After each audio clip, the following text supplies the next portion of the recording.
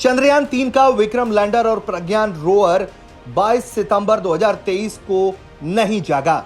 ये फिलहाल सोते रहे। अहमदाबाद स्थित इसरो के स्पेस एप्लीकेशन सेंटर के डायरेक्टर ने कहा है कि इसरो चंद्रयान 3 को यानी कि लैंडर रोवर को 23 सितंबर को जगाने की कोशिश करेगा। फिलहाल लैंडर रोवर निष्क्रिय है।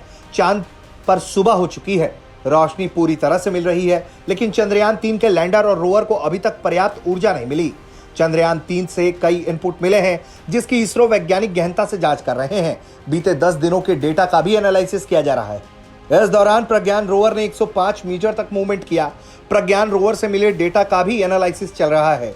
चांद की जमीन का विश्लेषण चल रहा है ताकि माइनिंग, पानी की स्थिति और मानव जीवन की संभावना के बारे में पता चले। अभी तक वो स्लीप मोड में था। उस समय चांद के दक्षिणी ध्रुवीय इलाके के तापमान में -120 से -142 डिग्री सेल्सियस रिकॉर्ड की गई। इससे यंत्रों का सर्किट बिगड़ता है।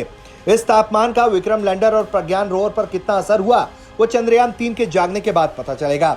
इससे पहले यूरोपियन स्पेस एजेंसी के कोरौ स्पेस स्टेशन से चंद्रयान 3 के लैंडर विक्रम को लगातार संदेश भेजे जा रहे थे, लेकिन लैंडर की तरफ से रिस्पांस कमजोर था, यानी कि उसके पास जिस तरह की ताकतवर रेडियो फ्रीक्वेंसी आनी चाहिए वो नहीं आ रही थी। विक्रम लैंडर चांद के दक्षिणी ध्रुव पर जिस जगह है वहां पर सूरज की रोशनी 13 डिग्री पर पड़ रही है।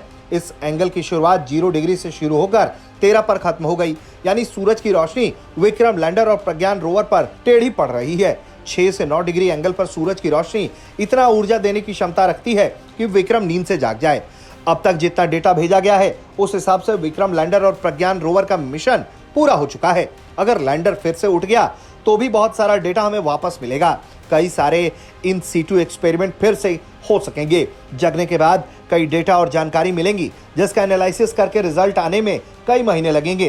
कुछ नई जानकारियां भी मिलने की उम्मीद की जा रही है। ये भी हो सकता है कि जो डेटा पहले भेजा और अब दोबारा जागने के बाद अगर वो डेटा भेजता है तो उसका भी मिलान करने की कोशिश की जाएगी कि पहले के रिपोर्ट और अब के रिपोर्ट में कितना फर्क है। ब्यूरो रिपोर्ट, भारत तक।